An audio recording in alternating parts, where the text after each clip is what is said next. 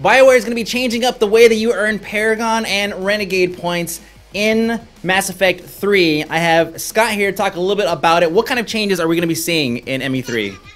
Well, first of all, what you're going to have is, if you just earn general points, you'll have general reputation points that will increase both your Paragon and your Renegade side. Now, before, there was a problem where, I mean, you know more than me on this because I know that Mass Effect is close to your heart in a almost No, I haven't made that clear at all.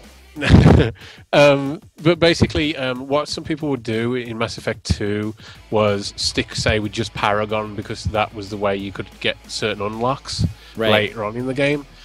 And so at times people got annoyed. It's like, hey, I want to make this other choice in this instance, but I'm not going to make it because I know that that'll go to my Renegade and I'm not going to have enough Paragon.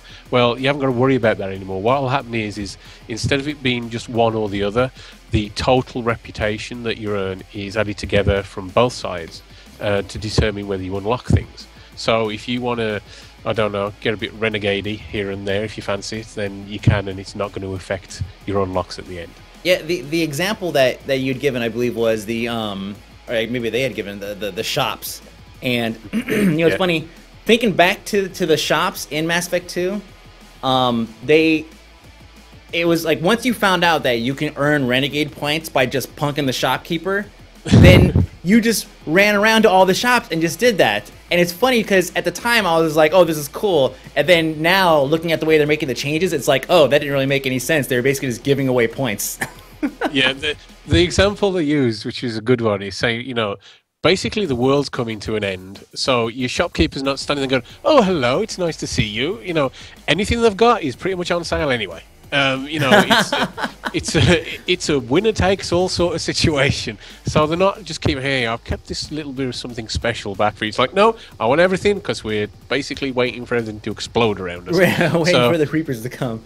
Yeah, so you walk in and saying, hello, I'm Shepard. You might know me from my previous works isn't really going to do much to a shopkeeper these days. So they've essentially just taken the whole sort of reputation part out of vendors, which I think is a smart thing to do. Yeah, that's it is a smart thing to do, and it will kind of help people out who want to make changes, because a lot of times in Mass Effect 2 you end up making decisions just to earn the points, just for the Renegade points, but it's not necessarily the morality decision that you want to take. Yeah. Like if you, for example, there was a situation where I had built up so many Renegade points that I was okay with making certain morality decisions in Mass Effect 2. Like for example, there's the Rachni Queen. Who the history of the Rachni was that they're a very violent species and all of that, but I guess it was because they were bred that way, and I think the Krogan or something had something to do with it.